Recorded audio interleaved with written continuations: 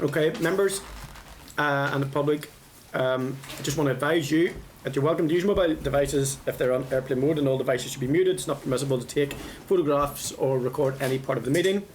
Clerk, are there any apologies that you're aware of? One would be Daniel McCrossan, and the others? Chair, is Anya and Lisa apologies? Yeah. Tom. Okay, Tom, Anya, Aoife and Daniel then. Okay, members. There's no Zoom attendees today because we are remote. Declarations of interest to remind you of your responsibility to declare any interest in any of the items under discussion today. So do any members have any interest to declare in relation to any of today's agenda items? No? Okay. Agenda item 3 is chairperson's business. Members are referred to back at page 6 to correspondence to the clerk dated 19th of June from the Countryside Alliance Ireland regarding concerns regarding the structure and framing of our call for evidence on hunting with dogs bill. I also refer you to the packet, page 8, to the response issued from the clerk on the matter. The clerk has received a further email and a telephone call from the Countryside Alliance, which can be found at table papers at page 4. The clerk has sought guidance from the clerk assistant before sending a further reply.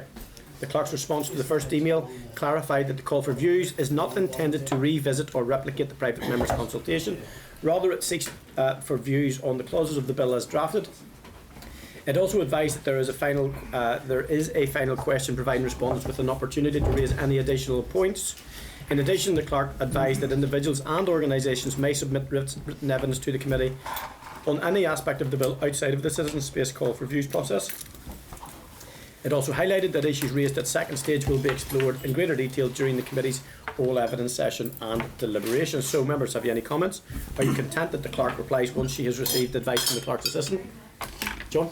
Chair, one thing to the previous item, you moved ahead before I had heard you. I declare an interest in the subject. Not a bother. And the clerk just asked you to keep it updated in regards to those communications that you're having with Countryside Alliance, and if there's anything that the committee you feel that they need to respond to, but certainly I'm very content with the response to date. Okay. Members, item number 2 then, I refer you to page 9 of the pack to a draft press release regarding the committee's visit today. However, please disregard the draft, and I would seek your agreement on the revised draft that the clerk emailed to you all last night. Changes were needed due to the information that was sent late yesterday afternoon from the fishing industry reps. So, if you have any comments, are you content for it to be published? Thank you, members. Item number 3 then, as you're aware, we were due to meet next Tuesday, the 30th of June, to consider a series of climate action plan briefings on agriculture, land use change and forestry, and fisheries and waste. Officials have now advised that, with sincere apologies, they will have to postpone the planned appearance at the ERA Committee on the 30th of June due to unforeseen delays. They hope to be in a position to brief the committee on the CAP in the near future. This is very disappointing for the committee, as it was DAERA who recently requested the extra committee meeting in the first place, and Nadalo and our committee team had put considerable time into planning the meeting. It would be much more difficult to find a slot in the autumn when we're dealing with 3 bills simultaneously. Any comments in regard to that, members? Yeah. So you could remove that from your diaries for next Tuesday, members. And we'll, yeah. We'll just return to it, Chair, yeah, we'll return to it in the autumn whenever the department get to us. Okay, item number 4 for chairperson's business. Yesterday I was pleased to sponsor the OEP launch of the first statutory report on the Environmental Improvement Plan on behalf of the ERA Committee in room 115 in Parliament Buildings. I took the opportunity on behalf of the committee to welcome Dame Helen Gosh, the new chair of the OEP, and wish her well in her work. I highlighted that overall this committee has had a good, productive relationship with the OEP throughout this mandate and recognises the contribution and challenges that the OEP brings to tackling environmental issues for Northern Ireland. I highlighted the various evidence sessions that we have held with them since March 2024, including one in May 2025 when we held a significant evidence session on 4 OEP reports. Also, the informal meeting we held online with their chief scientist regarding the OEP report on NAP regulations, and then their attendance at our recent AD stakeholder event. I was also highlighted that our meeting on the 29th of January, the committee considered correspondence from the Minister regarding the Department's first EIP annual progress report, which was led before the Assembly on the 26th of January. Members content? Okay, thank you. Agenda item 4 then is the minutes of the meeting on the 18th of June. Refer you to table papers, page 7, the draft minutes from our meeting dated the 18th of June 2026. So if you have any comments, are you content with the minutes as drafted? And if you are, I will sign them and they'll be published on the website. Thank you, members. Agenda item 5 is matters arising. Item number 1, refer you to page 13 of the pack to correspondence from the Minister dated the 18th of June in response to our request for clarification regarding the Department's response to chicken litter export issues and poultry sector pressures. The Minister points out that matters relating to the movement of animal byproducts to and from Northern Ireland, including the export of poultry litter, fall under the direction and control of the Secretary of State for EFRA in line with the Windsor Framework. The Minister also noted that DAFM has lifted the temporary suspension of movements of manure, including poultry litter. Members will recall that we noted that Shared Environmental Services advised that it was due to meet with the Minister last week to discuss related matters, and we agreed to write to the Minister seeking an update on the outcome of that meeting. We would anticipate receiving a response to consider in time for next week's meeting when the Minister is due to brief the committee. So have you any comments? Are you content to note? I know we've had a very active watch and brief on the movement of chicken litter, and that will remain on our agenda. Item number 2 in matters arising, then refer you to page 16 of the pack, the response from the Department dated the 19th of June regarding our letter to, on the reported destruction within the spare area of outstanding natural beauty and a special area of conservation at Bonds Glen Road. Members will recall that following our informal meeting on the 26th of May with the Bonds Glen Environmental Group, on the 28th of May we agreed to write to NIEA for clarification on some matters. I'm going to run through the main points now. We asked how NIEA accounts for the difference in approach and outcomes between its own investigations, which found no legislative breaches, and the subsequent council enforcement action taken. In response, the Department states that NIEA and the planning authorities have different statutory remits and legislative provisions for the environment, and no breaches of these pieces of legislation were identified, whereas the council enforced planning legislation and initiated enforcement actions due to unauthorised works. The response also states that teams across DERA and NIEA follow the DERA enforcement policy, which involves a graduated and proportionate approach to any actions that they may take. In response to our query whether NIEA believes there are gaps or limitations in its current powers that may have contributed to these differing outcomes, the Department states it already has significant enforcement powers under the environmental legislation, and the planning authorities have different statutory remits, which may result in different enforcement outcomes. It also states that NIEA has an advisory role to councils for planning, and so outcomes may not always reflect advice provided as councils make final determinations and enforce planning breaches. In response to our request for steps to improve interagency and interdepartmental coordination, particularly in cases involving environmental protection, planning enforcement and wildlife conservation, the Department states that NIEA officials engage directly with other departments, agencies or planning authorities when required, including the PSNI if a wildlife crime is suspected. In addition, the integrated NIEA planning response teams are the single point of contact for district council planning consultations and enforcement cases. And through the DFI-led planning consultee forum, the NIEA meets with district council head planners to discuss operational and strategic issues. We then queried NIEA's engagement with the site owner and if it has concerns regarding compliance with the council's enforcement notice or the owner's future intentions for the site. The response states that there has been no formal engagement, as following investigations no breaches of environmental legislation were identified, and therefore NIEA has no regulatory basis to pursue enforcement or raise a compliance concern. However, planning authorities can consult NIEA with regard to their enforcement activity if required. So members, have any comments? Are you content to note the response from NIEA? Thank you, members. Okay, item number 3, referred to page 24 of the pack, to a memo dated the 19th of June from the Clerk to the Committee for the Economy regarding the Competition Markets Authority CMA review of domestic heating oil market, advising that the Committee will be in contact regarding a possible joint concurrent meeting to receive a briefing from the CMA after recess. Are you content with that? Any comments? Content. Thank you, members. Item number 4. You will recall we considered correspondence on this matter last week and agreed to return to today to agree response. Refer you to page 25 of the pack. The correspondence which we considered last week dated the 11th of June from Farmers for Action regarding a request to meet with the committee on their proposed farm welfare bill and Loughney issues. The committee noted FFA wished to discuss its proposal to take a NI farm welfare bill through as an emergency bill, and we agreed that the clerk would seek some advice from the Bill's office. The Bill office highlighted the accelerated passage process, Standing Order 42, but that is a procedural matter for an executive bill that is considered once a bill is introduced. Private members' bills in this mandate need to be introduced in the Assembly by the 29th of June, so that would not be an option at this late stage of the mandate. Committee can take forward proposed legislation as a committee bill, but the likelihood of that is limited for any committee given the work that would be required and the remaining time left in the mandate. I also refer you to page 26, the correspondence dated the 4th of June, that the committee issued to FFA laying out our lengthy consideration of the matters to that date on the proposed bill, our legal advice, related food supply chain issues, and an update on the committee's considerations on the matter. The committee's position at the time was that its consideration of that matter was concluded. So members, have you any comments? I would like to highlight that nothing material has changed in my view regarding the legislative competence of such a bill, as referred to in our letter dated sent to the FFA last year. Members content to reissue our letter of the 5th of June 2025 to FFA. The committee will of course continue to monitor the Loughney situation and impact of the Loughney Action Plan. Yeah. Members content? Yeah. Thank you, members. Okay, agenda item 6 is the briefing from the Northern Ireland Fish Producers Organisation Limited, NIFPO, and NIFF, the representing the Anglo-North Irish Fish Producers Organisation and NIFPO. Members, for information, I refer you to the pack at page 33 to a DAERA press release dated 19th of June announcing that the 3.05 Marine Environment and Fisheries Fund for Northern Ireland is now open for applications. I also refer to the table paper starting at page 20 to the briefing paper from NIFF and details of the NIFPO training company. I now welcome the following representatives to brief the committee and answer any questions we have. We have Dr. Lynn Gilmore, Head of International Trade and Regions in Sea Fish at NIFPO. Mr. Ben Collier, Fishers Conservation Technologist, Northern Ireland Fishermen's Federation, representing NIFPO, and I'm very conscious we have four here. There's two additional. Yes. They're going to introduce Would you like to themselves. introduce yourselves? Yes. But we run away with it. Thank you very much for the committee to give us time and to put our case of the state of the industry as it is at the minute. I am Trevor McKee, Chairman of NIFPO, and to my left is Dr. Lynn Gilmore, CE of NIFPO, and we have Ben and Adam who are representing NIFPO and are members of Northern Ireland Fishermen's Federation, which is an umbrella for both of the POs.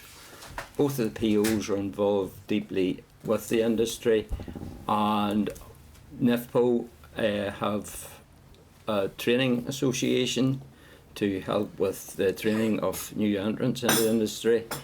They also have skilled worker visas who help with the bringing in foreign crews, which is greatly needed at the minute. And we also have chandlery in all three ports. NIFPO are doing the same things as RPO, but in fact that they have a guard work company, and they also have prawn facilities for taking the catch off the boats and selling it through the company. The industry itself, from when I started, I fished for 42 years and I've now been retired for 3, and I'm working as chairman, as I said before. But from when I started to the industry as it is today has constricted greatly. The number of boats and the areas they are allowed to fish are now greatly reduced to what it was when I started. There still is an industry, a very important industry, which the three ports were and the communities around them have grown because of the industry.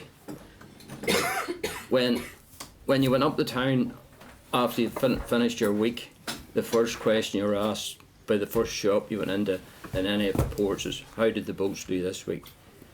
And then they knew they were going to have a good weekend of sales when the boats had done well. It was everything was catered to how the boats had done. The businesses around the harbours, you have all the ancillary works, you have welding, you have fish factories. For every job that is in the industry at the minute, which is about 500 jobs, that a study was done by Seafish, and they are saying that for one job at sea, there's 15 jobs ashore. So it is a very important industry, although it is in a lot smaller than it used to be. We do need help, but the industry itself over the years and the amount of regulations, cuts that have been thrown at the industry shows the resilience of the industry. I'm very proud to have been a fisherman for 42 years, a third generation fisherman. Unfortunately, I have nobody coming behind me now. That's not because people are not interested in the job anymore.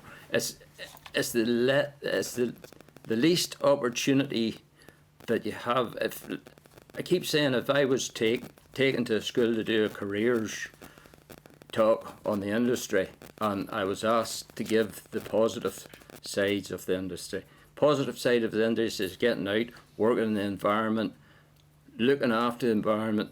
You're a custodian of the wildlife at sea, and we're there to look after it. But then you go to the situation of we can't fish where we used to fish. We can't do what we used to do. The negatives weigh out the positives at the minute, and unfortunately you could not advise a young person with the future that we see portrayed outside the industry. It's all the other wind farm projects and closed areas and all the rest of it that's putting the people off, having a future in the industry.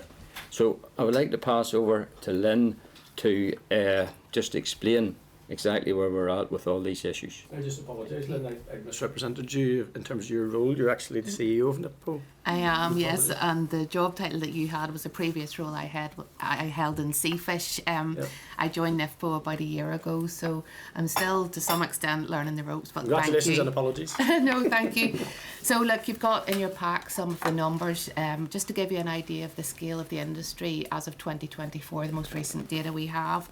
And as Trevor said, it's really no exaggeration to say the first part of this year the industry have faced the perfect storm. We're seeing a continuing erosion of the areas available to fish. We have also got a high reliance on foreign crew, and we're going to go into these points a bit more as we go through.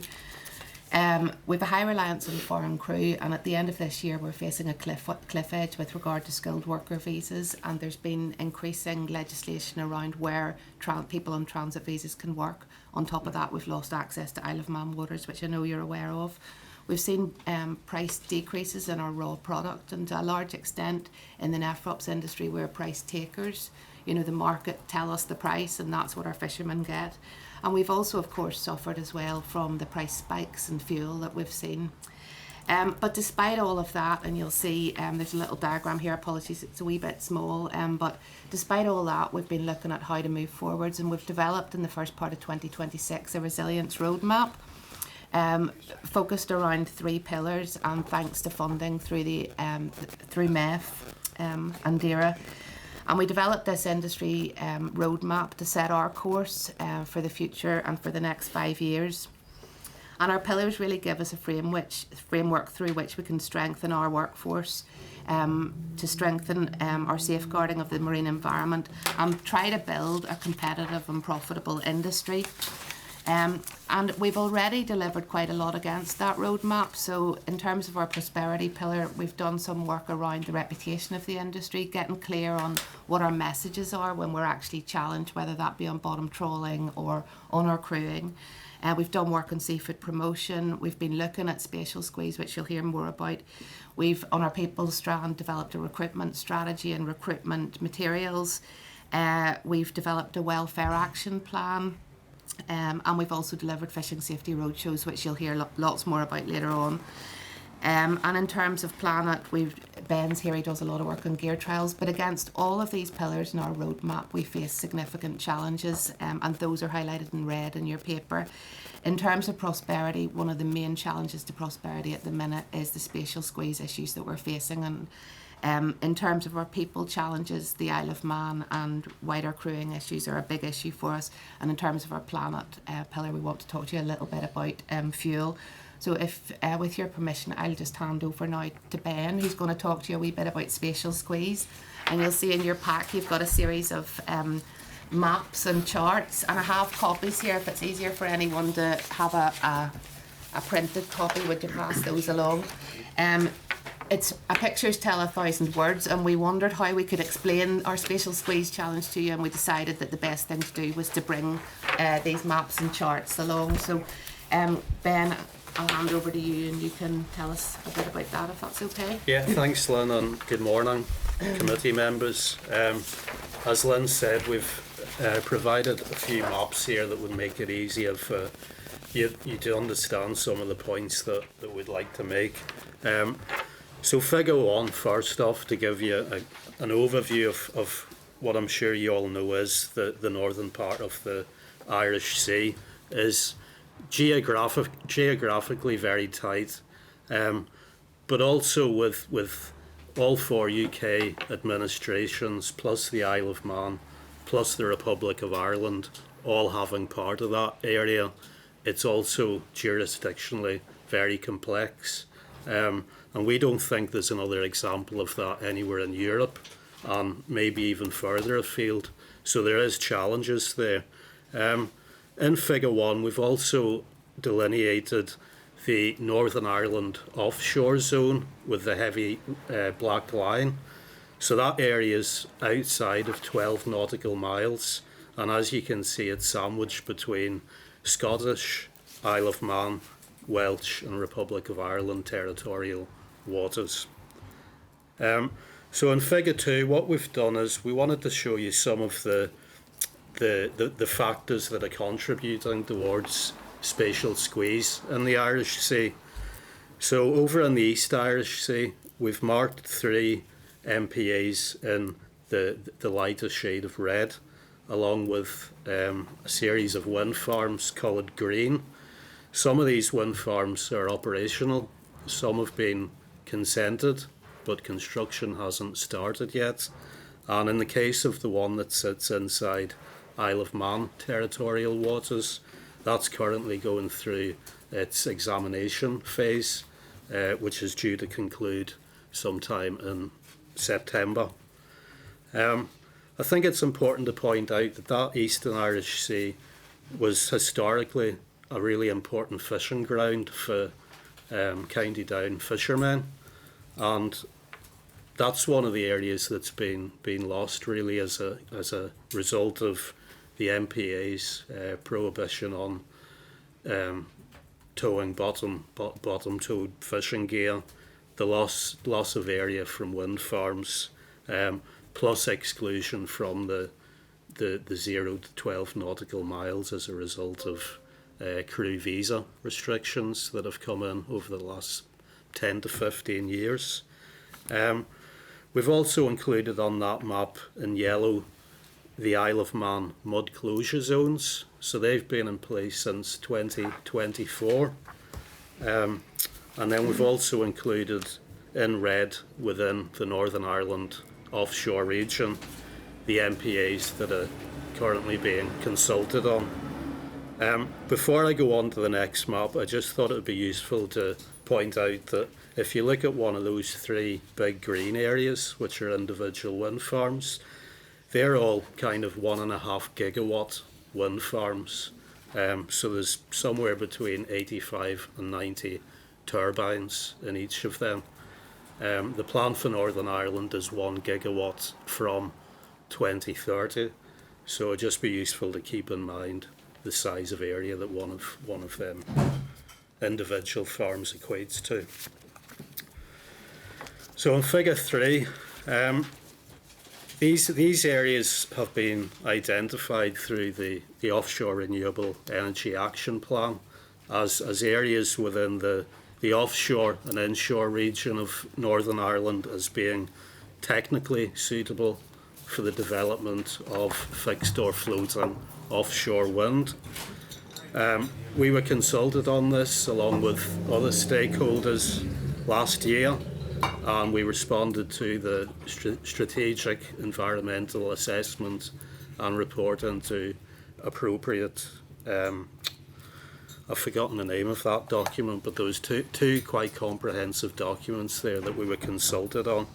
As you can see, in terms of the Western Irish Sea, there's a large area there that's been identified as suitable for offshore renewable development. So again, this is something else that the fishing industry sees coming down the line in the not too distant future. So what we've done in figure 4 then, we've taken the combined footprint of the recommended resource zones for wind in the Western Irish Sea and combined them into that brown area that you see in figure 4. So as you can see, that covers the whole of Northern Ireland's offshore waters, except the parts that have been earmarked for MPA management measures, and it also includes some of the inshore waters of Northern Ireland as well. It's important to point out that this is our prime nephrops prawn fishing grounds, and if you look below the different coloured shapes on this map, you'll see what look like track marks. So this is plotted data that we've pulled from individual representative fishing vessels, relating to no more than the last 10 years to show where the fishing activity occurs. It's also worth pointing out as well that even since we've worked on some of these maps, things have changed quite considerably. So if I just move on to the final of the maps that I would like to speak about. We originally put this together back last August for former Minister Zeekna's visit to Northern Ireland, the former Environment Minister from Westminster. At that time, what we wanted to do was to add up all of the fishing ground areas that have been lost over the last 15 to 20 years as a result of visa restrictions on crew working on fishing vessels, marine protected areas over in the east part of the Irish Sea, active and proposed and consented wind farms. And when we added all this up, we came to a figure of 4,700 square kilometres of ground that used to be fished that no longer is because of various things here. But this map's already out of date. Since last August, the Isle of Man have now barred all fishermen from non-NI, from not Northern Ireland, from entering that area. As most of our boats have foreign crew, that means that the whole of the Isle of Man territorial waters is now further excluded. That's another 4,000 square kilometres. So as things stand as of today, we're nearly up to 9,000 square kilometres of fishing ground that was accessible to Northern Ireland vessels and no longer is. We are now looking at an open consultation on offshore MPAs in Northern Ireland, and I would like to hand over to Adam, who can speak about that in a bit more detail. Hi members of the committee, my name is Adam Holland. I am the Fisheries Sustainability Officer for the Northern Ireland Fishermen's Federation, which again covers both the fish producer organisations. Yeah, so I mean, as you can see, that Ben has kindly outlined for us, spatial squeeze is a major concern for our industry, and as Trevor has talked about as well, it is probably at the forefront of our fishermen's minds for one of the biggest issues that we are facing and we have faced over the last 20 years or so. As Trevor said, one job on a fishing boat equals about 15 jobs on shore. That's for processing, seafood businesses, restaurants, fuel businesses, engineering companies, all these different ancillary businesses. And that really puts our coastal communities at severe risk to spatial squeeze, to visa restrictions, to further regulation that we need to keep on top of, and we need to try and manage for them. And we all have the responsibility of doing that ourselves, and DAERA and other parties as well. So Ben highlighted there the MPA consultation that's currently out for consultation now up until the 24th of August. Really, this consultation outlines three options for us. Option one is a full closure of all activity on the site that uses bottom trawl fishing gear, which effectively excludes all of our fishing activity in those areas. Option two offers the same proposal, only with 33% of it open full year over the full year. And then option three is a monitoring proposal with no spatial restrictions. Given all that we've outlined here, I think it's clear to say that we simply cannot afford option 1 or 2. We can't in any reality support either of those options, even if we wanted to. Our industry just simply cannot face any further loss to its fishing grounds. To put that into perspective, these areas host regularly at least 20 of our vessels, if not more now, with the Isle of Man restrictions now in place. These areas have become extremely valuable for us in the last 2 years. And again, it's important to say that we are not in any way against sustainable management of our seas. We are prime examples of doing that over the years, and we need to do that to have healthy fish stocks for our fishermen to catch anything. So it is a prime and key issue for us, and we understand we understand their statutory obligations, we understand their legal obligations. I know they're here in the room with us, and we have engaged extensively on this, and they know the issues that we're dealing with quite well. But at the same time, we have a moral obligation to look after our coastal communities and their livelihoods, the families, the businesses, seafood businesses that are supported by our fishing vessels rely heavily on these areas, particularly now with the spatial restrictions that we've seen over the last 20 years. And just to point out some of the detail of the consultation itself, there's two really main areas of where we disagree with the consultation, and one of the issues relates to the rationale behind the proposals themselves. As it stands today, there is no condition assessment of the habitats that are within the sites. We have plenty of sample data of the species and biodiversity that is within the site, but we do not have conditions of the site, and that really relates to then what we do with the management of those areas. We also don't have any clear evidence that our fishing activity is actually hindering those habitats, and that's again key, because that's the entire assumption that is upon those management measures for us. So that's where we fundamentally disagree, and we understand again that DAERA have legal obligations to put forward management.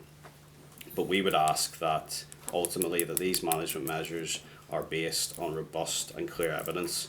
If there is a potential that coastal communities are going to be impacted, if there is a potential that livelihoods are going to be put out of business and families are going to be impacted, there needs to be clear and robust evidence for those decisions, not just on a maybe or a precaution. There needs to be clear evidence. And the second issue relates to actually the two graphs that you see at the end of the document. These two graphs outline, the one on the left, outlines a 10-year average of our VMS activity. That's the vessel monitoring system data. That shows the general activity of our vessels, and it's a heat map, so it shows where the most intense fishing is. Now you'll see on that map, with the proposals put forward, you could probably understand as a member of the public, if you're reading that it may not be too bad to close those areas. That's the map that's included in the consultation, but we raised this issue prior to the consultation with DAERA, and they were kind enough to produce the most recent data for us, which is the map on the right. That's 2024 data, and that's ultimately as a result due to the mud closures and the 12 nautical mile restrictions from the visa situation. This map is also out of date, similarly to Ben's point that doesn't include the complete restriction of all vessels with foreign crew now, so this actually needs updated today as well. And we can see clearly on those maps that those areas have become extremely important for our fishing grounds and for our fishermen over the last year, really. So it really puts into question the usefulness of the last 10 years, and looking at that as a way to put into context of what the potential impacts would be on industry, because it's not relevant anymore. Our fishing activity has ultimately changed, and that needs to be addressed. That map is unfortunately not in the consultation. We would have liked to have seen it in the consultation. It's not, but it was provided to us by DAERA, so we do have that, and DAERA do have it as well for their records. And just a point, one last point before I hand back to Lynn is that the management measures that are put forward ultimately our key issue is that they're not based on clear and robust evidence. There is the precautionary approach that is used within the Fisheries Act. We understand the legal terms around that, but we cannot morally stand behind these decisions. And think of it this way, it's almost like you going for a routine doctor's appointment and the doctor telling you that you need to, your knees need to go through a recovery program because there's something wrong with them. Now the doctor hasn't investigated, hasn't done any range of motion tests for your knees. You haven't even told them that you're feeling any pain. All the doctor knows is that you go for a run now and again. So off that assumption, and there is clear evidence that sometimes running can damage the knees if done improperly, and yet he is diagnosed you with the condition and you move forward with the treatment, even though you haven't given any evidence to say that the knees need any recovery. This is kind of similar what we're dealing with here today. What we need is clear evidence that for any management to go forward, and we simply don't have that. And that's really our concern with everything going forward. And so on some of these issues, particularly around the Isle of Man and the crewing issues, I'll pass now back to Lynn. Thanks for listening, guys. Right, is that okay if I continue then and talk to you a wee bit about the Isle of Man? Yeah, okay, Thank you. short. Yeah, so you can see, as Adam said, that these areas, these MPA areas, are becoming more and more important because of the various restrictions we face. As you know, and I'm not going to go over the whole Isle of Man scenario, we were told in February we were no longer allowed to fish in the Isle of Man waters with vessels with any foreign crew, and that effectively excludes Isle of Man waters to most of our large trawler fleet. This is a major issue for us, and even if there's one foreign crew member on a boat, that's an issue that excludes you. So we would really ask for your support around this issue. The Minister did go over, he spoke to Isle of Man authorities, they identified a way forward, but really that way forward was a replication of our UK visa system, so it was just another application for another different visa, which would require our fishing businesses to have a business footprint in the Isle of Man, to prove in the Isle of Man there's a shortage of deckhands. It really isn't feasible. So we need more support on the Isle of Man. We also then, as you know, have these problems, and we've talked a bit about our crewing issues. There's two different visas that people work in UK waters on: the skilled worker visa and the transit visa. The skilled worker visa, we've been speaking to the Home Office because at the end of 2026 we're facing a cliff edge whereby those skilled worker visas will no longer be available to us, and the transit visa, and as has been said before, only allows fishing boats to fish outside 12 miles outside UK territorial waters with transit visas on board. Our plea to the Home Office, and we eventually, by the way, it took months to get a meeting with them. Jim Shannon facilitated a meeting. We went to see them a couple of months ago.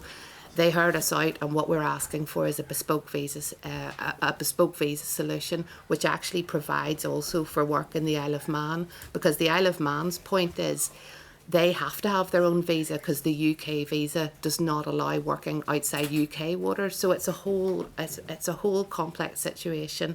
So those are our issues really around the Isle of Man and on crewing. And then if I can just say, and I know you probably want to get into questions, just in terms of fuel, we've already touched on that. And fuel's been a massive issue for us. We've asked for support on that. Our neighbours have support in the Republic of Ireland. Other EU countries have had support. And now we're really competing in a supply chain against people who have had fuel support, which hasn't been available to us. So we really do feel that we need more help around fuel. And although the price per barrel's come down, there's a long tail, as you all know, on fuel prices coming down. So in the paper I supplied, there's a couple of key asks which we've kind of covered as we've gone through, but on spatial squeeze, we really feel we need a balanced and joined up planning system around the marine environment that recognises that in the Irish Sea our mud patches are important food production zones. Like our prawns don't move about, they are there because of the habitat that exists in the Irish Sea. And through the lens of all the spatial squeeze, we really, as Adam said, the current consultation, which of course we'll respond to, we have a major problem with that, because the only option we can support is monitoring. We feel that monitoring as a management option is viable, but we feel that that's the only thing that we could actually support here, because to lose for more fishing grounds for our industry really will put the lights out on a number of fishing boats. In terms of the Isle of Man and crewing, we need to further challenge the Isle of Man, and we would welcome your support on that, and also your support in our pleas to the Home Office for a bespoke fishing visa. We do not want to contribute to net migration. We have asked for a visa for 10 months of the year with a 2-month break, because the people who come here to work don't want to stay. They want to come and they want to go home. So we think we've put forward a viable proposal for a bespoke visa. And on fuel and general support, we want to see a level playing field for Northern Ireland. So really that's kind of it. And I hope that was a useful summary. I know we did spend a bit of time on spatial squeeze, but it's really important that you can see those charts and understand it. So I hope that's a useful summary. Very happy to take questions. Thank you very much, Adam, Ben, Trevor and Lynn. Really good. Just at the outset, in terms of that Isle of Man piece, Clark was just looking up. I have a response from the relevant minister from Isle of Man around February time. So we did initially reach out. So what we'll do is, if I would have, it would be my fault if we didn't share that with you at the times. If we didn't, we'll reshare that with you in terms of that response. And then of today's information that you've given us, if there hasn't been any further movement or whatever, and we look at the response that we got, we may engage again, but we'll have a look at this, make sure we're as up to date in that space. And there's no need to make any apology in terms of the spatial squeeze piece, because that's perhaps the piece that we haven't heard before in any level of detail. So I know that members here have been vexed and exercised, particularly about the visa pressures, because that's understandable. Similarly, the fuel piece, and we know that the UK government made some moves towards farming in terms of the red diesel piece, so they recognise that. But for me, the importance of food security and the value that has to Northern Ireland can't be overstated, and fishermen and the fisheries can't be overlooked in that space. So I think you've made a compelling case for that. And in that vein, if you don't mind, I did a little interview outside, and I think Brian, you called the guy? Jim Masson, down Jim, he looks like a Brian. Yeah. Okay, Jim was saying, his number of sons, and they don't fish, but they did, and they would love to have seen them doing that. But he was saying to me about particularly the prawn beds and how significant they are in terms of the global space that they occupy. They're not insignificant, and have been important to food production from the waters for many decades. How significant would it be to lose that? And I don't mean just from the industry, I mean from the importance to that food production piece and an alternative to meat, and given the fact that it's such a healthy product that we can be proud of.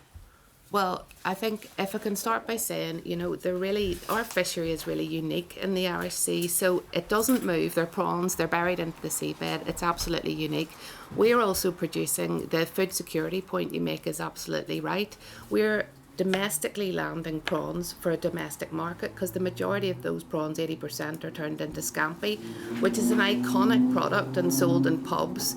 The length and breadth of England, Wales, Scotland, Northern Ireland, Ireland. It's an iconic product, and there is no way to replace it. There is no other prawn. So if you get prawns from Marks and Spencer's, they're like a sort of a rubbery farmed prawn that come from farms out in Asia. Our Longestine are top quality, and if you're coming to Portaferry later, you will actually get a poke of scampi when we're there, because we're so proud of them. We want you to try them, but there's no replacing it, and it is unique. And our prawns are almost valued more highly, even the head-on prawns. If you go to Spain or wherever on your holidays, you get a paella. Those are probably prawns that have come from Scotland or, Northern Ireland that are sitting on top of your paella. So okay, and that everyone pretty. And this is a significant question for me. I think, and it goes back to Adam's point about the conditions assessment, and then the analogy of the knees. You obviously no idea we would have run into us. Why you put that in? You're a shark. So you are. No, I think it's really important that when any government produces regulation which stymies industry, that they back it up with robust baseline data. Could I get maybe another little bit of information around the difference between the sample testing that has been undertaken, what that has produced, and what you suspect? Obviously, you guys won't have had the means maybe to do the conditional assessment, except measuring the quality of the load and stuff. Yeah. Why do you think the department haven't done a full conditional assessment, and would you welcome them to do one? I imagine you would. Yes, we would, but to be clear, it hasn't fallen under the department's remit as only till recently now, because the sites were designated by DEFRA, Okay. and then they were assessed by JNCC.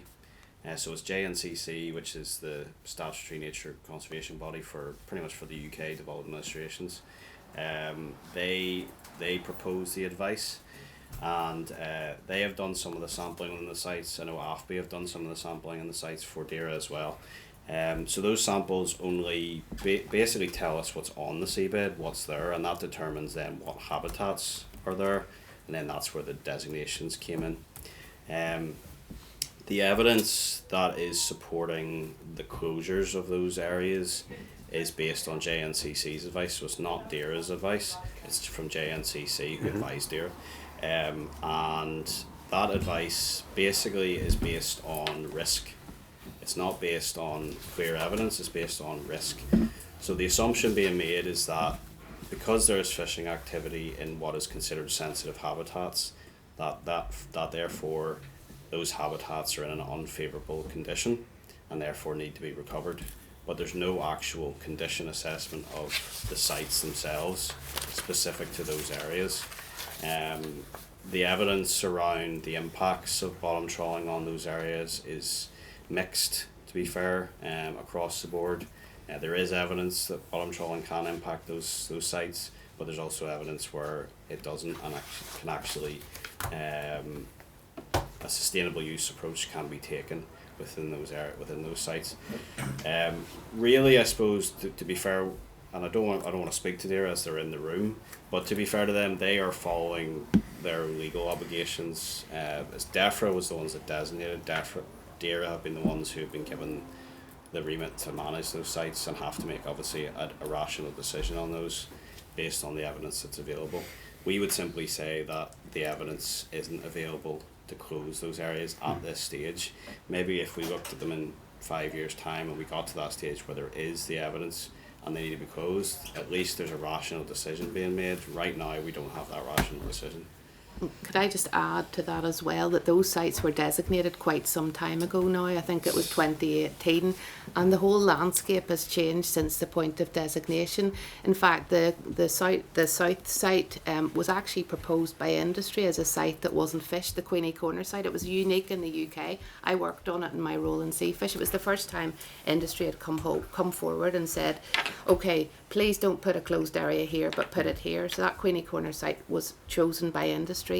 But because of the visa restrictions and now Isle of Man waters, you can see in those charts that Adam showed, the areas that have been designated have now become so crucial to industry that we can't afford to lose them.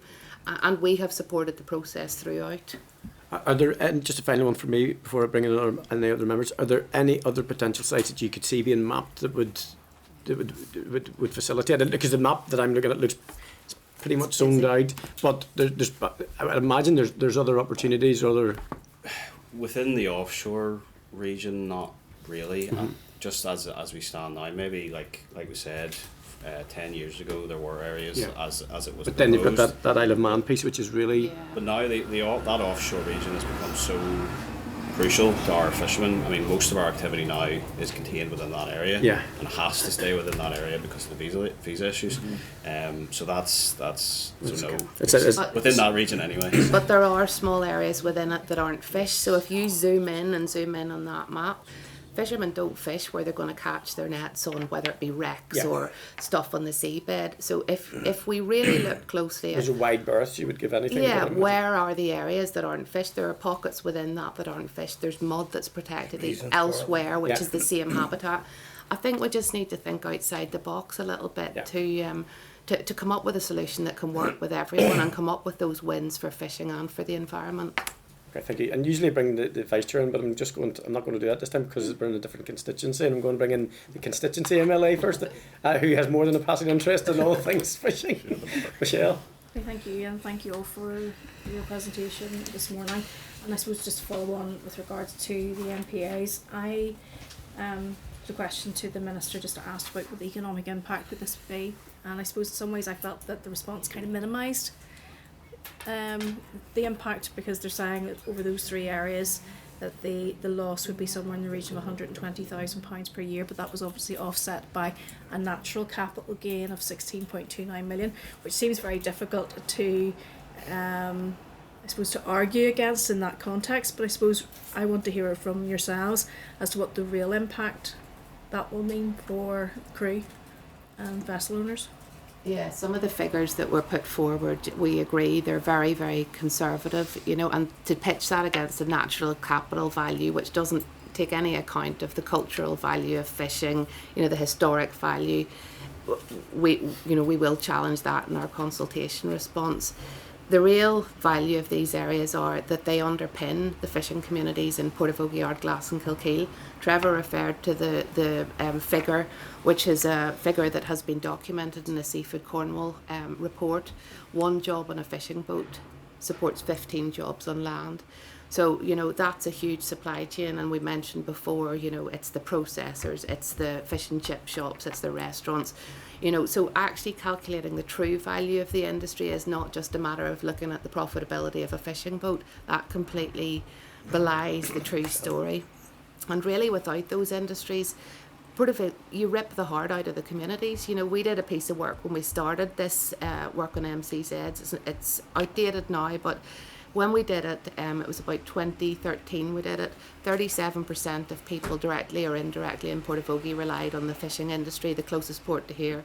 And the figures for Ardglass and Kilkeel were lower but still significant, in and around 20% for both of those other ports. So you take that away, it's been like a gradual erosion, and it's a chip, death by 1,000 cuts, and eventually the house of cards just falls down. You know, the industry can't take any more, boats tie up, and that's what we're hearing from our members. They are really ready to throw the towel in, and the consultation has just been another blow. I suppose they're worried about losing grounds that are so crucial to them. So you can't understate the value, I think, of the industry. Sorry, can I just go in just one point? As well as that, the figures that are in the landings figures that are proposed that might be impacted within those areas are again from 2014 to 2023. Mm-hmm. So they don't include the change in our activity for 2024 and 25. Mm-hmm. Now, 2024 figures would be available. 2025, it's uncertain whether those would even be available yet. But we would like to see those figures in the consultation as well to show the true current value of those sites rather than the last 10 years, because it has changed significantly. Yeah, and then you talked about sort of that chip over the years, and we can see whenever we go to Portaferry. Yeah. I mean, the Portaferry as a child was like, whenever I went down at that stage, you know, it was thriving and full of ships, and you know, and there was a real buzz around the harbour, and it's a very different picture today. And can you talk about that even over the 3 harbours and what the impact has been over, I suppose, just changes such as what we're going to see being introduced here. So I can talk about the construction of the fleet and basically another field project which DERA and DEFRA backed was the cod recovery programme, which is still in place, which cost Northern Ireland its whitefish industry. I was one of the last boats that were involved in fishing for whitefish. There is now none. That was a major blow. It destroyed the market facilities in the 3 ports where the fish was landed on a Friday. Up to maybe 1,000, 2,000 boxes of fresh fish from the REC was landed in, and then the cod recovery came in, and we were closed down for 3 months during the best time of the year, and that industry was lost. The same thing's going to happen to the prawn industry, chipping away at it until it becomes unviable. The MPAs that are proposed, nobody has said the harm that the MPA will do to the remaining fishing ground.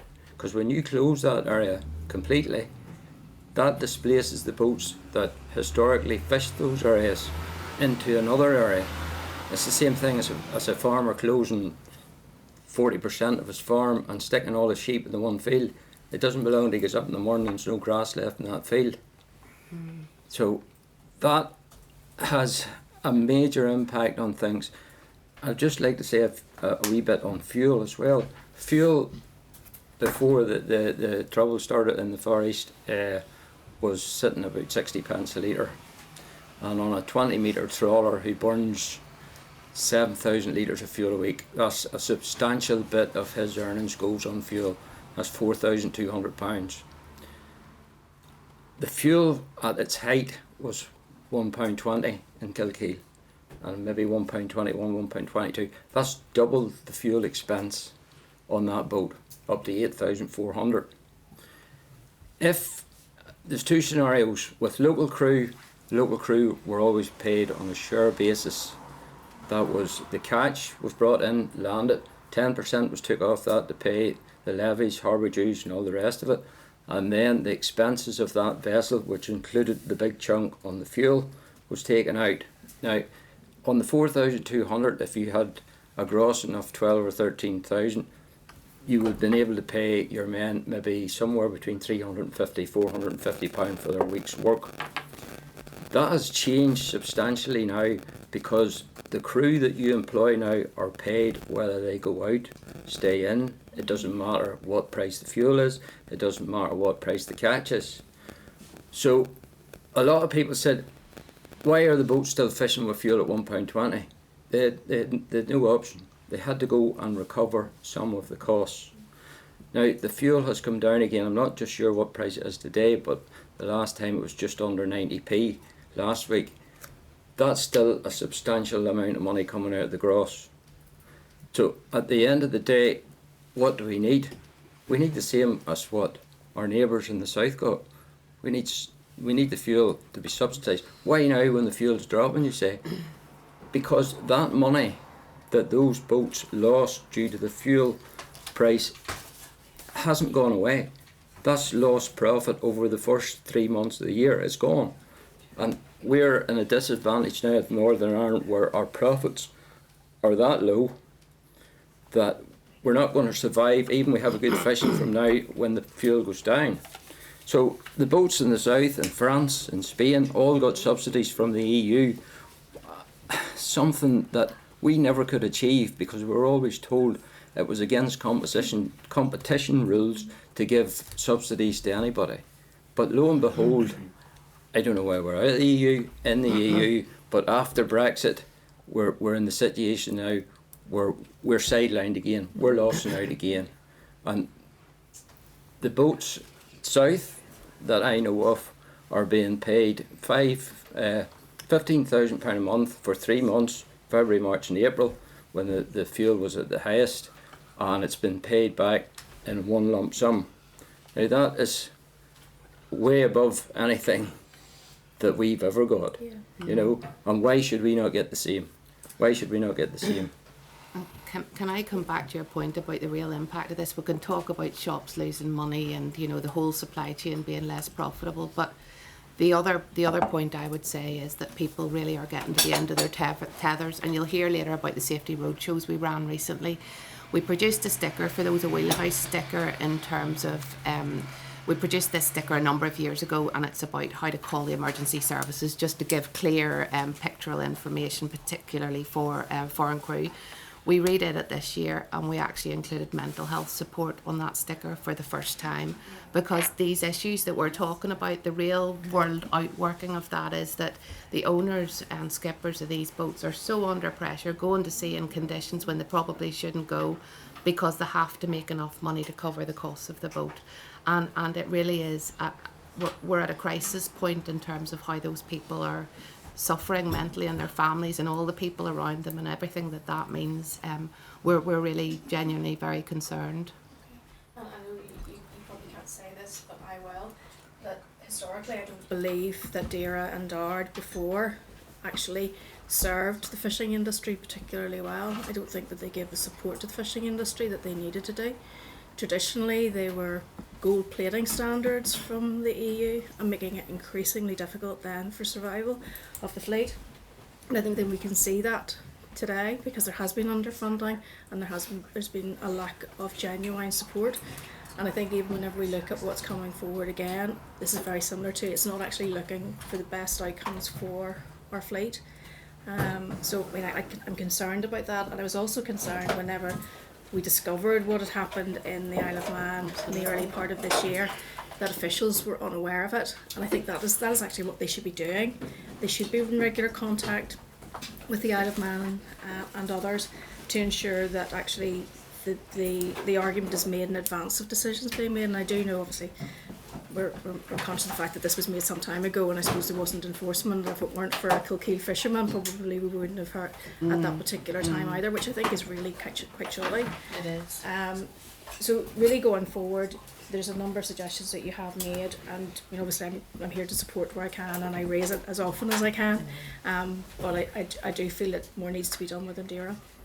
Yeah, well, the announcement that Minister Muir made the other day about the £3 million for industry, aquaculture and fishing, it doesn't touch the size of the bucket that we need. And in terms of that investment going forward, we have boats on a downward slide where no one has the matched funding to go and look for a grant. No one has the matched funding to go and replace an engine which would be more fuel efficient than the ones they have. No one has the money to go and build a new boat. Like £3 million, I don't know how much the fishing industry is going to get. £3 million would build you a new boat, one new boat, and that's the situation we're in. So that money will sit there and probably be undersubscribed by the fishing industry because nobody can afford to go and get it. So I would like to see a portion of that money going to pay the fuel subsidy that's been paid by every other country. Yeah, I think DERA has the power within themselves to do it. Necessarily should come from that particular pot because obviously that's there. There's other things that could be addressed. I do think that efforts should be made to look at a resilience payment, which should be kicked in at particular trigger points for the industry. But they shouldn't have to ask for it either. This should be something that the department should be alert to. If I could just come in on the fisheries grant funding though, like that is key to the fishing industry here, and we would like to see DERA take a more flexible and pragmatic approach as to how that fisheries grant can be used. We speak to European colleagues and we understand how they're permitted to use similar pots of money, and there seems to be more they seem to be more at ease within themselves to use that money for different things. There seems to be a real fear here of breaking WTO rules around how it's used. If DERA could get some reassurance that it's okay to just relax a bit, be more flexible and listen to industry and try and address some of the things that are funded in even Scotland that aren't funded here. I think Scotland's a good example actually when you look at their approach to managing that type of risk. Do you mind if I push on now to the members? That's okay, because I think this is really useful, but we're under a little bit of a time pressure because we have a few other and we'll things. See you again later too. Yeah, there's no problem. Declan, yeah, the conversations can continue by the way. Yes, Declan?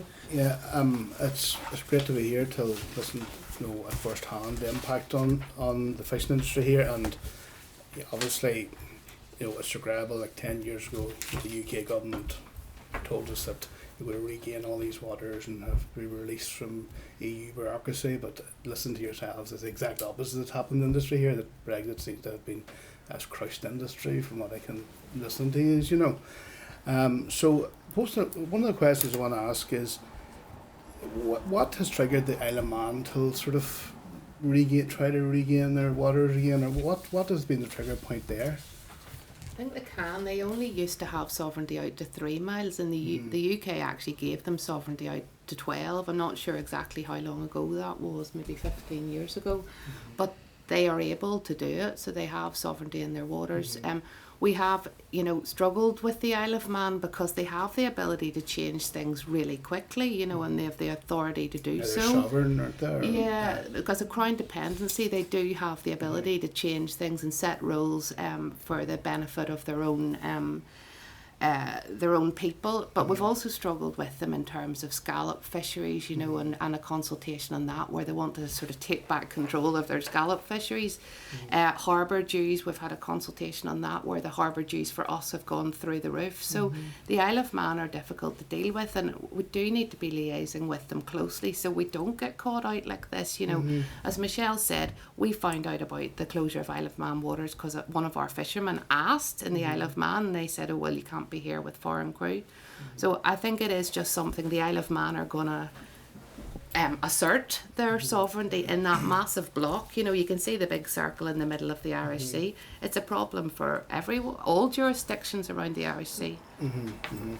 And that's going to say. So, see, in terms of the visas as well, our foreign people haven't got the foreign crew, and you're not allowed within 12 nautical miles. Is that right? If you have a transit visa, there's two different visa arrangements. The first is a UK skilled worker visa, which is a visa that allows you to fish in UK waters, but a lot of fishing boats have crew on what's called a transit visa, which means that you're only allowed to work outside 12 nautical miles. And you know, so boats with transit visa crew are only allowed to work in that block that Ben showed you in the middle of the Irish Sea, or other areas that are outside 12. Well, listen, Algiers, thanks very much for having us here, and it's just I represent inland consistency, so I don't have as much experience, for example, as Michelle would have of coastal, so it's really been illuminating and very helpful, I feel, to be here today. Thank you. No problem. And we've worked closely with Lough Neagh fishermen. We've brought them into a safety forum that the fishing industry set up, so you know, there's a lot of overlaps. Thank you. Just on the Brexit thing, if there was a Brexit vote tomorrow again, I would say 100% of the fishing industry would vote to get out of Europe again because of the situation we were in Europe. It was the way we were took out of Europe is the problem, not Brexit itself. Boris Johnson sold us down the river, and then Keir Starmer, after 5 years waiting for him to take control back of the waters, give it away for 12 years again. That is the problem with Brexit, not Brexit itself. If you go down south of the border now and asked 100% of the industry down there, would you have a Brexit? And they would all say, definitely. You've got super trawlers lying in Killybegs, allowed to fish 8 days a year, £1 million boats, with the quota restricted that much, they can only fish 8 days a year. And all the other restrictions, they have the Spanish boats come in around Castletown Bar, free for alls, European boats, no restrictions, no nothing, into Lauria Way. They don't even buy their fuel. There's no input at all into the south. So Brexit, if it had been done properly, we had all the cards on the table. The fishing industry was the last thing that was put on the table in the negotiations, and they fought for 3 days over the fishing industry. But the UK government didn't value the fishing industry as highly as the Spanish, the French and the Belgian, who still fish inside 12 in the Irish Sea. Where's the most of our prawns and fish sold? It's all mostly GB. Mostly GB, Not the rather than the whole prawns which are sent to the likes of Spain and Italy and France. Which makes it worse. If it's an internal market that we serve and we're restricted by the arrangements that's made it, that's it's particularly an issue for us because I mean our fisheries are probably 70-80% scampi. Or domestic market. 20 to 30% whole stuff. Most of the whole stuff tends to go to Europe, whereas the scampi is all here. Which is and in Scotland, it's almost reversed. Okay. So they rely heavily on the European market, whereas we rely more on the domestic market. So if there wasn't a arrangement with the EU, you couldn't sell your product. Is that right? Fair to say, yeah. Important. Which I don't think you couldn't sell it. It would be the same rules as GB have in regard to how they access the market. It would be more regulation. It just wouldn't. You'd have access to it, but it'd be more regulation, I suppose. John. Chair, thank you. Thanks to all of you for the information you've given us. I'm not going to go over, we've covered quite a bit of ground already. The one clarification I would like from you on the jurisdictional issue is, now I think that you partly answered this in terms of the Isle of Man waters might have been identified 12 years ago. So I'm keen to know, were some of these jurisdictional matters not part of the Brexit settlement? I remember on the previous committee, DEFRA, in conjunction with the devolved regions, being heavily involved in these fishing areas. And I'm just, but you're suggesting the Isle of Man didn't come from that? No, I don't. No, okay. No. Because I was just, up until the point where you said that, I was sitting reviewing what I was listening to post 2016 before and where we ended up. But if it's even older than that, then it's probably a bigger battle to try and turn it around, but that doesn't mean it can't be done. Other thing, Chair, is a suggestion, and I'm really keen to know from everybody if this has ever been done or tried before. There are various layers of British-Irish parliamentary associations and various mechanisms and groups that meet to discuss. Now, I know the British-Irish Parliamentary Association involves all of the islands, including Isle of Man, GB, South, Guernsey, Jersey, and all of the others, and the devolved regions. It has an economy committee. Could I suggest we explore putting that through there? Now, they don't meet on a monthly basis, and I'm flagging that up as an immediate concern, but I do think it's another avenue that should be explored, because those are the structures where people are supposed to be working together on matters of mutual interest, and if they go beyond just talking about things, then they might be able to try and help in approaches. Final question is, I fully get the economic impact of an industry in an area like Kilkeel or Ardglass or Portaferry, where there may not be other major industries, and therefore the number of jobs in local shops, the local schools, sustainability and so on, post office and so on and so on, is very relevant in terms of economic impact, and you have to count all of those.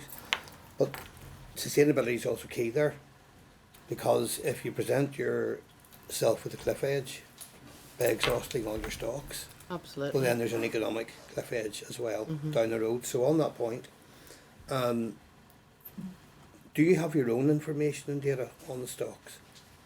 We've talked a lot today about what DEFRA might have had or what DERA might have, but in terms of the fish stocks that are there, do you know what the levels of those are? I mean, also mentioned today of what's on the bed of the sea and the habitat and all of those things, but I'm keen to know, do you have a figure in your own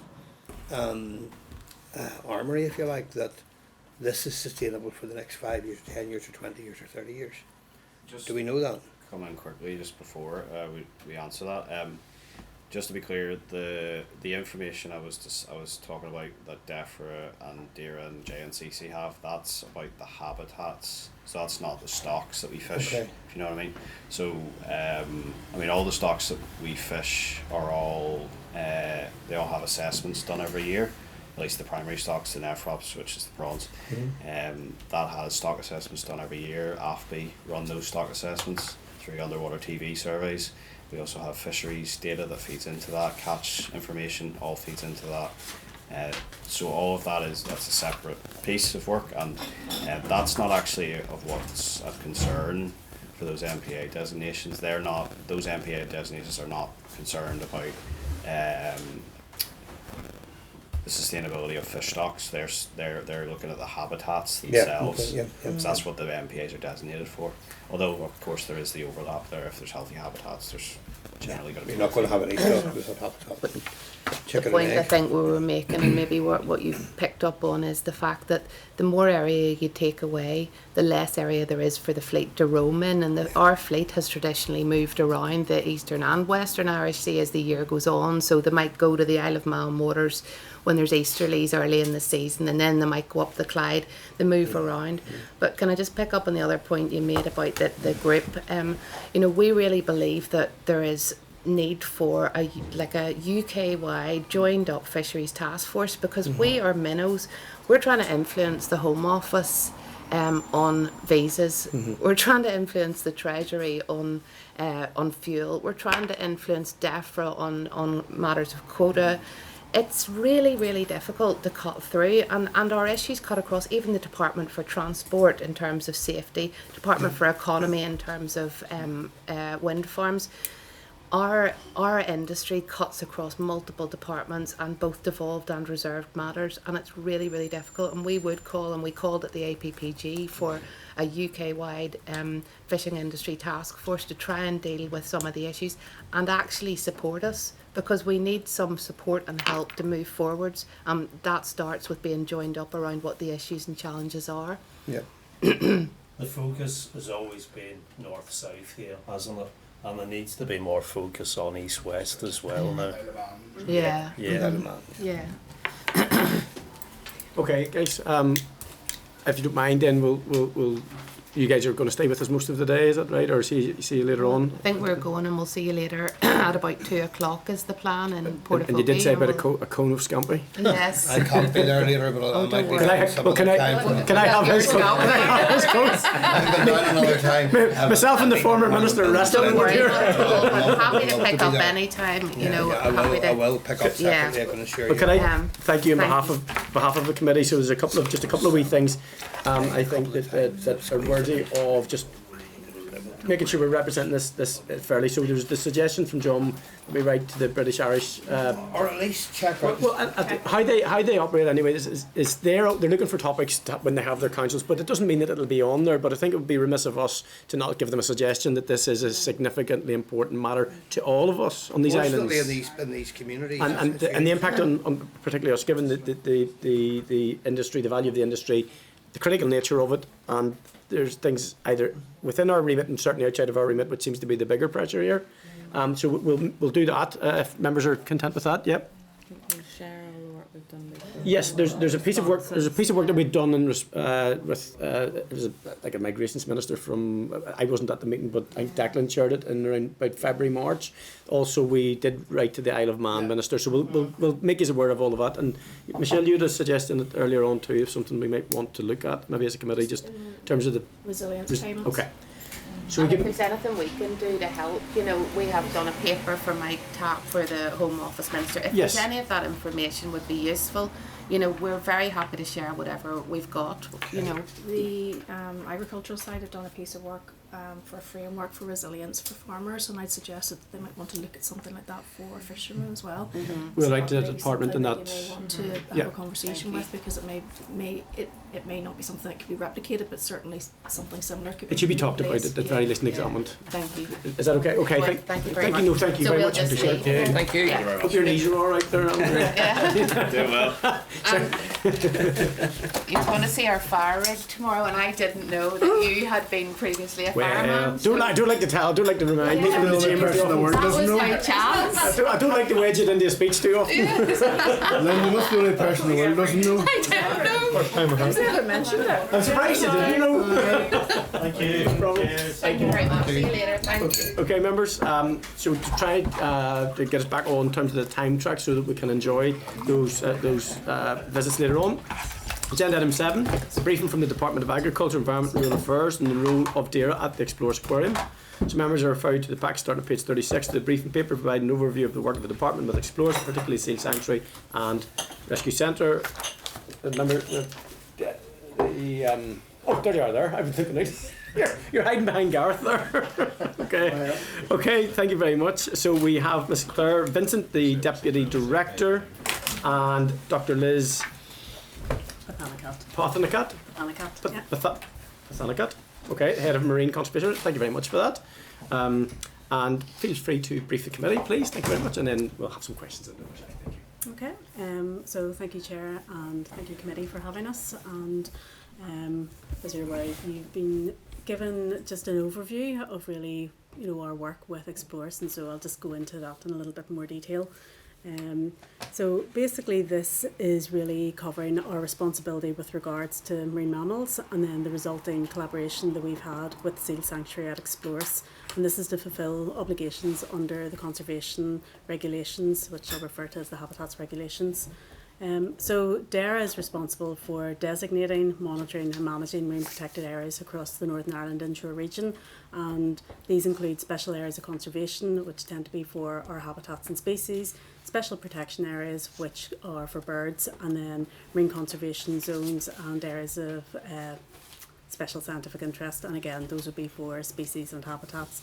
And really the reason that they are put forward is to protect and conserve those features where they're rare, where they're vulnerable, or if they're of international importance, for example seabird species that we see at Rathlin. So there are two species of seal that are present in Northern Ireland. This is the harbour seal and the grey seal, and both are protected by legislation. So under the habitats regulations we have special areas of conservation designated for harbour seals, and this is at Strangford Lough and at Murlough, and then the maidens we have designated for grey seal. We also have a number of areas of special scientific interest that have been designated for both species, including Strangford Lough parts 1, 2, 3, Murlough, Trella, Minorstown and the maidens. But furthermore, under the wildlife order, both species are protected from harm. So they're protected throughout their natural range, and it is an offence to kill them, to injure them or disturb them. So we do have a statutory obligation to monitor and report on the condition of the designated features on a 6-year rolling basis. So that process contributes to the development and review of management measures for the sites, ensuring that the conservation objectives that have been laid out when the sites were initially designated, that they're being met, and then supports any future policy development. And this also contributes to various obligations under the Convention of Biological Diversity, Protection of the Marine Environment, under OSPAR, Berne Convention and UK Marine Strategy regulations. So what we have to do is really establish necessary conservation measures for maintaining or restoring the population at a favourable conservation status. And rehabilitation, especially for seals, is really only considered a conservation measure where they have been injured or abandoned due to human disturbance.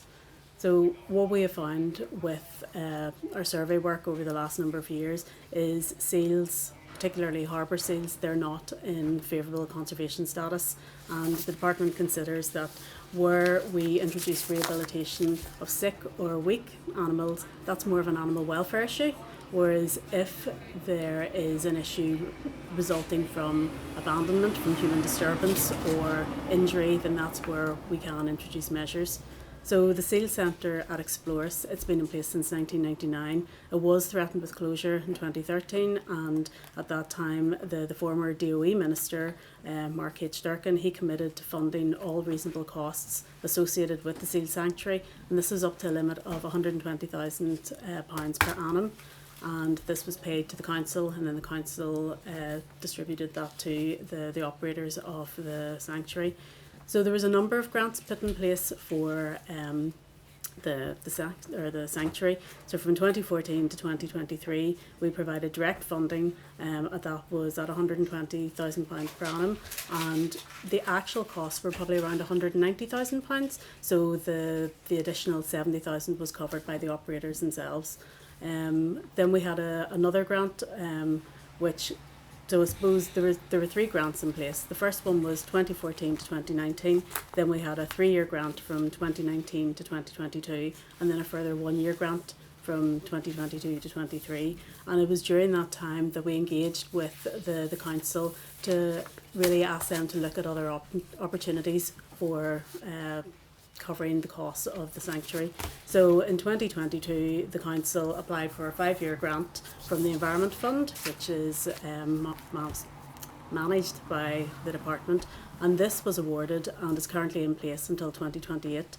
So this provides 80% of the funding from DARA, while the remaining 20% is match funded by the private operator. So the grant is for the operation of the seal sanctuary and rehabilitation of sick and abandoned harbour seal pups. Grey seal pups are also rescued and rehabilitated, but this is where we know that they've been abandoned because of human disturbance, and I'll come into that a little bit later on. But really the focus has been on harbour seals because their numbers are in decline. So what we have found is Explore staff, they will take the lead on the rescue and rehabilitation. They have the training, they have the experience and the knowledge, but officials will continue to work closely with them. And really this has been, you know, quite important in shaping our advice, shaping how we respond to certain incidents. We've had, I'm sure you're probably aware, a few reports of entangled seals, especially there was one up in Rathlin which had a large sort of plastic pipe around its neck, and we obviously had got a lot of reports from the public about this. You know, it's quite visible, it's quite emotive as well, and we had engaged with explorers to see what are the options. The issue being it's a large adult, they're very difficult to catch, and especially when they have hauled out in an area where there's other seals hauled out, you risk disturbance. You can't go out and dart the animal because you risk it going into the sea and then drowning. So what we had found from previous reports of that animal, that it has continued to survive, it has had pups, you know, so there is positive outcomes, which would be quite surprising, but really it's the awareness piece that we're trying to build with explorers. What we've also focused on is we had recently supported an EU-funded Interreg programme, so it was called Sea Monitor, and this was really looking at the suitability of rehabilitation as a measure. And what they did in that project was, it was through, I think it was one of the universities, and then working with explorers, they tagged 5 juvenile harbour seals. So they put a satellite tracker on the back of their heads, and this was glued onto their fur but fell off after they did their annual molt. And these tags were then used to look at their movements. So once they were released, you could track and see where did they go to, did they forage, did they dive, etc. And what we found was that rehabilitation was beneficial. The tagged individuals did appear to integrate anyway into the wild populations, and they did demonstrate natural foraging, diving and exploratory behaviour. So it was really a good piece of work to show that there are benefits from doing the rescue and rehabilitation. Now, one issue that has frequently arisen is the ability of DERA staff to respond to out-of-hours calls, especially whenever we're dealing with live stranded animals. And these constraints were also experienced by Explorer staff because they're obviously based down in Portaferry. They get a call up on the north coast. You know, it's quite a journey for them to go up to assess an animal to determine whether or not they need to lift it. And so officials began to explore opportunities to address this gap. And one option that we then went down was contacting, it was a charity based over in England, so they're called the British Divers Marine Life Rescue, bit of a mouthful, but their focus is really on training volunteers and basically having a call-off, not a call-off contract, but having volunteers that they can call out whenever assistance is required. So we brought BDMLR over to Northern Ireland, and they then delivered a specialist training course. This was back in 2022, and that included members from DERA, from NIA, and a lot of ENGOs as well as volunteers. You know, there's a lot of people that have interest in, you know, wanting to help wildlife, and so they were quite keen to do that. So this really was brilliant. It strengthened local capacity and also extended the organisation's reach from just Great Britain to Northern Ireland. So there's a national hotline number, it's manned 24 hours a day. They have access to vets. So we are now in a situation where if anybody sees a seal or sees a stranded dolphin, whale or porpoise, they can call this number and then they get advice, and they can use volunteers here. So the contract, or that initial training session, then led to the charity BDMLR collaborating with the Irish Whale and Dolphin Group, and together they applied for a 5-year Environment Fund grant in 2023, and they wanted to really build up the network. So at this point in time, we now have about 50 volunteers that are trained right across Northern Ireland.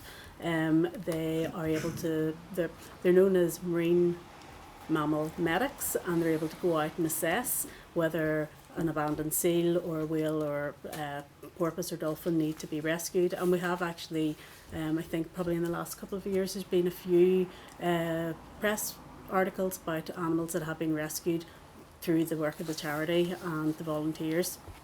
So it's been really beneficial in the North Coast, and the coordination has also meant that the volunteers can be used by explorers if they need someone to go out and assess seals. One of the main issues that we have had is around awareness. So in 2025, Minister Muir did publish wildlife disturbance guidance for water users, and that is really to set out best practice when it comes to preventing disturbance to marine wildlife, and I think those documents should have been provided in the pack to members. But really, this had arisen from an action that came from our 2022 public consultation on Fastcraft. This came from COVID. Obviously, people were quite restricted in being able to travel. So what we then found was a lot more people were staying locally, staying in, using jet skis and using personal watercraft in areas that they wouldn't normally have been in. And that then resulted in a lot more wildlife disturbance. The department were getting a lot of calls, and this then led to the Fastcraft consultation. So one of the actions that came out of that was really trying to raise awareness, which is why we have these leaflets that have been published. But what we have found is, people are very well meaning and they do try their best, but we have found that through misinformation, their actions have led to seal abandonment or in some cases drowning. So particularly for grey seal pups, these are born with a white fluffy coat. They're not very waterproof, which is surprising given that they're seals and they should be. But what we have found is people think they should be in the water, so they will chase them in and then they can't swim and they become waterlogged and they drown. So really it's important that that public education and awareness piece is done to reduce disturbance events. And the seal sanctuary is fantastic for this because it really builds on that. It gives the public the opportunity to see rehabilitated seals and they can understand the work that's involved, but it allows them to foster that that understanding and build that tangible link between their behaviours and what it means for the wildlife. So explorers, they continue to do this through their own talks and then access to the seal hospital during the pupping season, and they will often highlight the direct link between human activities and wildlife health, which reinforces the importance of protecting marine species and from disturbance activities. They also will share upcoming release dates, so the public can go down and potentially see a seal that they've seen in the hospital and watch as it gets released into the wild. And it really helps to demonstrate the positives of conservation intervention, but it also builds public confidence in environmental protection measures. What you will hopefully see today are 2 resident harbour seals, so they will provide year-round educational experiences rather than just being restricted to the pupping season, which is for harbour seals it's around June time, and then for grey seals it's October to December. But again, it just really helps build that engagement with the public. So really, all I'd like to say is the collaboration between the department and the seal sanctuary remains vital to the rescue and rehabilitation of seals in Northern Ireland. It's work that we couldn't do ourselves. We don't have the facilities, we don't have the resources to do it, but it also ensures a visible commitment to the humane treatment of seals, which is often an emotive subject, and the department's funding of this directly contributes to protection and conservation of seals, while also supporting fulfilment of national and international reporting obligations. Thank you. Very good, very detailed, and there's a lot of stuff in there. There's a lot. It's very interesting, but there's stuff in there that you think you know, but you don't know. It's like the pup and the when you think I can understand the concept of thinking you're doing it a favour and thinking mummy's out there and you need to be there. Oh my goodness! So that's an educational piece that is worthwhile today and maybe get pushed out a bit further. So I know you guys are with us later as well. Is that right? Yes, we can. You're going to be with us at Explorers. At the tour. I have a meeting at 2, so Hopefully so. And then just in terms of maybe keeping the conversations going, but we will give you some questions now for the record, if that's okay. In regards to the historical funding level set at 120,000 at the moment, is it always drawn down year on year, and is it adequate, do you think? Is there an assessment of the adequacy of it for the ambition? Yeah, it's always drawn down, certainly. I would imagine that the staff at Explorers, they would like to build on the hospital, they would like to expand it, because often if they have a bad season and they have to bring in a lot of pups, then they may have to double up in the cages, and sometimes that's not always the best thing to do, especially when you're trying to reduce potential spread of disease. So I would imagine from their perspective that yes, they would feel that the funding could be more, but that's where we are at the minute. Was it a match fund? It is match funded. And are there any restrictions in there if there are contributions come in from local government or anything like that? Does it really matter? Yeah, I'm not as aware. long as the department don't necessarily concern themselves with, as long as it's match funded by explorers.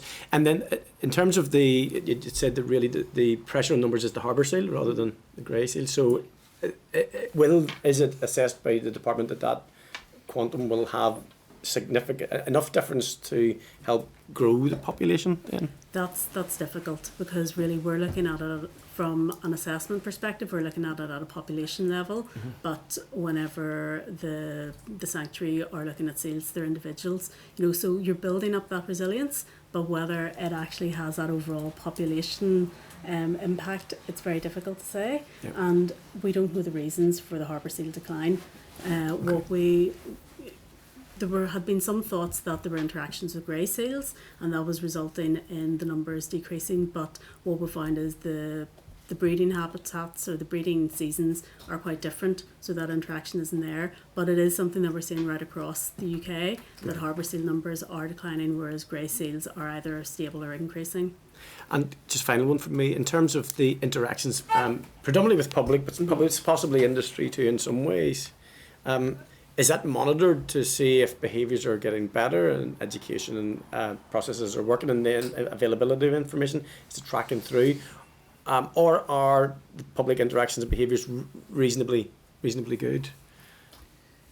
Might be a good question for the Explorer staff actually. So, but there's no doubt the fancy term for it is ocean literacy. I was going to use that one, yeah. So, it's on the tip of my tongue, Claire. Kind of the hearts and minds piece as well, and yourselves taking little people, and we're making the environmentalists of the future. Did you look at me when you said little people? No, I didn't.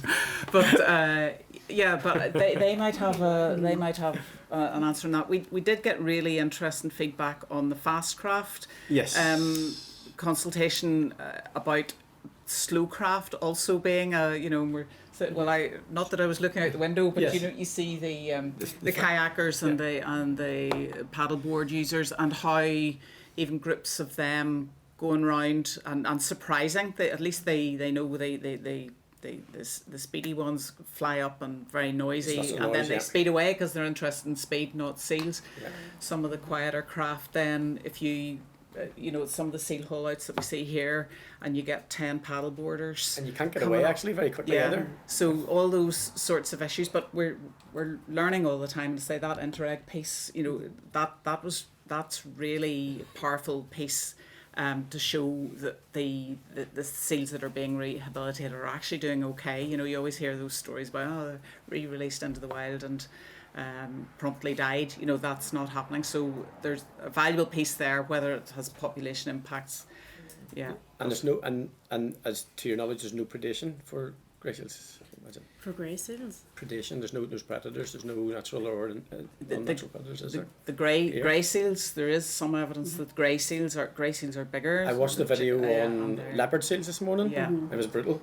And actually, they do we don't predate. Have seals, we don't. So we did have an instance here. Maybe it's 10 years ago where we had, I think, 7 seal pups within Strangford Loch with these corkscrew injuries, and at the first we thought it was some kind of boating activity. We were very concerned, and then there was talk it was a Greenland shark. Yes, but actually it turned out to be a very aggressive big grey male seal. So there is because it occurred to me just watching the video this morning was the leopard seal wasn't actually attacked a person fatally.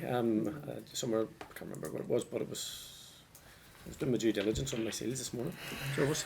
No leopard seals in Strand. No leopard seals in the You got sidetracked with the leopard.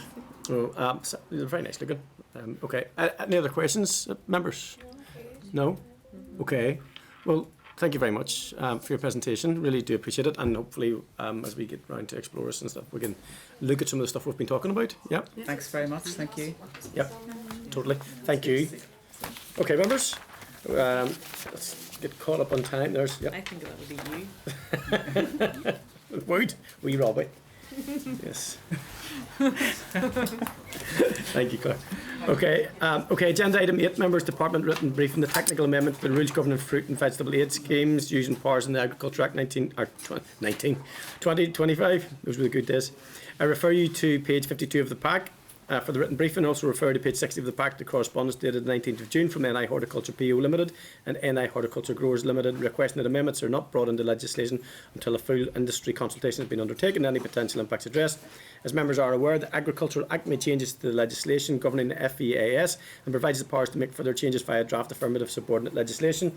The Department now wishes to consult with stakeholders to seek views on some technical changes in advance of drafting the legislation. Further details of these proposed amendments are set out in Annex A, starting at page 55, and include ensuring only Northern Ireland growers and PO head office based in Northern Ireland can benefit from support, making consequential amendments specifically on the new Article 32(1)A inserted by the Act, inserting new appeal review provisions for departmental decisions made in relation to the FES, updating the double funding rules and removal of scope for advanced payments, provision of offsetting and updating on-spot check requirements. So members, other changes being considered include a better reflection of FEAS law as Northern Ireland rather than EU legislation and scope to better align the scheme with DAERA's strategic priorities, monitoring, evaluation and reporting requirements. Paper also outlines a position to the rest of the UK where only Northern Ireland and Scotland have continued support for the horticulture sector under the FEAS. Officials will brief the committee in due course to the outcome of the engagement process and further changes, including those to develop a suitable replacement for the FEAS. Members, have you any comments? I would propose as chair in the first instance forwarding the letter from the NI Horticulture PO Limited and NI Horticulture Growers Limited to DAERA. Members agreed? Okay, agenda item 9 is departmental written briefing on the Shaping Sustainable Places programme and allocation of £15 million of DAERA contribution. Refer to page 62 of the pack. In the written briefing, Department of Communities as lead department intends to launch the programme in autumn 2026 pending ministerial and executive approval. I also refer you to the pack starting at page 70 to the minutes of our concurrent meeting on the 21st of May with the Committee for Communities and Infrastructure when we were briefed on the programme. Members will recall on the 4th of June we requested detail of how DAERA's £15 million contribution as part of the wider £150 million capital programme to be delivered over the next decade will be deployed, particularly in rural areas. In relation to allocation breakdown, the Department states that as the programme remains subject to formal approval, confirmed allocations cannot yet be provided. However, the funding methodology will support only eligible rural settlements with a population of 5,000 or fewer and take account of the issues experienced by rural communities. In relation to rural impact plans, in recognition of Council's role as delivery partners in identifying and prioritising regeneration initiatives, they will be provided with robust guidance and encouraged to work with local communities, shape proposals and develop action plans. In terms of assessment framework, it's underway to develop governance and monitoring, including a strategic oversight board and programme board. A memorandum of understanding will set out the respective roles and responsibilities of DAERA, DFC and DFI. Officials will also ensure that DAERA funded activity remains focused on rural settlement areas. No problem, John. Any comments you can tend to note, members? We just keep that one on the agenda, get further update. I think it's a welcome step in the right direction on some of the issues that were flagged, but it'll come very quickly after recess. Aye. Yep, and I think you're right. So if we can probably put something in there, even for one of our early meetings when we come back, just for a refresh, because a lot of this work should be completed by then. Yeah. You would imagine. Yeah. Is that fair enough? Yeah, it's definitely step in the right direction. So brilliant, no problem. Anything else on that? Do you want us to write just to ask for an update, a written update in the autumn? More details. Yeah, absolutely. And just it's a send a wee step. flag in our own forward work programme, just to even come back to it and seek it again if we're not satisfied with. And if it's appropriate, I made the point at the joint meeting, Robbie, until any lessons that are learned from the COVID small settlements scheme. Yeah. Yeah, absolutely. Yeah. Brilliant, thank you. Okay, agenda item 10 is the SL1, the Dangerous Dogs Compensation Exemption Schemes Amendment Order No. 9 2026. You will recall we considered this matter last week and agreed to return to it today. So refer to page 78 to the clerk's memo dated the 16th of June, reminding us of the background to the matter and covering the issues raised at the informal meeting between myself, the Deputy Chair and the Minister on the 15th of June. As we previously noted, this matter arises from the Dogs Trust decision to remove the third-party public liability insurance benefit from its companion club on the 1st of July, and the impact this will have on owners of exempted dogs, being the only way for them to comply with the Dangerous Dogs Order. Officials have now proceeded with a legislative amendment to remove the insurance requirement for prohibited breeds, consistent with the approach now being taken in all other UK jurisdictions. As the third-party public liability insurance benefit ends on the 30th of June, the Minister has requested our agreement to an expedited committee scrutiny process, and it is no longer possible to meet either the Assembly's 21-day rule or the new SL1SR process that the committee has been following. The purpose of this SR under the negative resolution procedure is to remove the legal requirement to have third-party liability insurance in place for prohibited breeds, and also to introduce a new exemption condition which requires that children under the age of 12 not be left in close proximity to a prohibited breed in a home or private setting without adult supervision. The SR will come into operation on a phased basis, with the removal of the insurance requirement taking place from the 1st of July. The introduction of the new exemption condition will take effect from the 1st of November, as there is a need to get councils on board and get owners prepared. The Minister stated that he was meeting the councils on the 16th of June on the matter, and that DAERA will support the councils support them as much going forward. So I now refer to the following documents in the pack. The SL1 letter dated the 17th of June starting at page 81, the draft SR starting at page 87, and the explanatory memorandum starting at page 90. At our meeting last week, the committee agreed to issue a call for views using the Citizen Space platform, which closes on the 27th of June, and to date, no responses have been received. Okay. That was just a tricky one. Oh, it tricked me well. Yeah, and the small writings even better. Okay, members. Following on from what we've heard today, and bearing in mind that the SL1 stage is the last opportunity for the committee to influence the policy approach, are members content we have sufficient information to make a formal decision on the draft? I think it's one of those impossible situations, and the department is actually having to proceed at risk here because of that gap between the 1st of July and November. There's nothing else that they can really do, but they're following the steps that all other jurisdictions are making. So, if members are content, I'm now going to put the question on the SR that the Committee for Agriculture, Environment and Rural Affairs has considered the Dangerous Dogs Compensation Exemption Schemes Amendment Order Northern Ireland 2026 and has no objection to the rules subject to the SR report. Are you agreed? Okay, thank you very much, members. Okay, agenda item 11 is correspondence. Members, the correspondence memo starts at page 94 of the pack. I'll highlight just a few and seek agreement that others are actioned as per the memo. And if you want to raise any others, then, and this was highlighted in yellow and it's now in black and white, so we go for the shaded areas. Okay, 11. Thanks, Clark. Yeah, it's because it was printed here. Who else could we blame? Who else could we blame? Anyway, 11.3 members are referred to the pack starting at page 99 for correspondence dated the 12th of June from the Department regarding the DAERA Interim Business Plan 26-27, which sets out the Department's key commitments for the year ahead, supports delivery of the DAERA Corporate Plan 25-27, and aligns with the programme for government. And a copy of the plan starts at page 101. Members have any comments, you can tend to note. 11.5 referred to page 138 of the pack, the correspondence dated the 19th of June from the clerk to the Committee for Finance regarding the 25-26 public expenditure outturn and forecast outturn. Any comments you can tend to note. At 11.6 members, at page 142 of your pack, there's correspondence dated the 18th of June from the clerk to the Committee for Finance regarding an update on the cash profiles and the use of vote on account. Any comments you can tend to note. And 11.8 members referred to the pack starting at page 157 for correspondence from Belfast City Council dated the 15th of June concerning the challenges and risks in relation to withdrawal of funding of the Animal Welfare Service, and requested the committee seek assurance from the department that it will work with councils to establish a sustainable long-term funding and governance framework. Members, are you content with that? Yep. It'll remain to be an ongoing piece of work. It's challenging. 11.11. I refer to page 240 of the pack to a correspondence dated the 18th of June from a community-led group known as Residents Against Incineration, otherwise known as RAIN, requesting to discuss with the committee its concerns at a proposal by AIC Group to develop a waste incineration facility at 115 Milltown Road, Benburb. So members, any comments? We're going to add this group to a list of potential informal meetings when we come back. Okay, members. 11.2 then referred to the pack starting at page 242 for correspondence the committee's been copied into from an individual to the Minister regarding strengthening measures to safeguard marine life in Northern Ireland. The email is representative of approximately 40 others, all of which can be accessed in the committee office if members wish to see the similar emails. Any comments you can tend to note. Okay, members, forward work programme is on page 35 of table papers. Are you content this is published? Okay, I refer you to page 41 to a draft to the newspaper advert for Hunting with Dogs bill. Are you members agreed that this is published? Yep. Agenda item 13 then. Is any other business? Okay, members, the date and time for our next meeting is on Thursday, July the 2nd at 10 AM in room 21 Parliament Buildings. The meeting is now adjourned.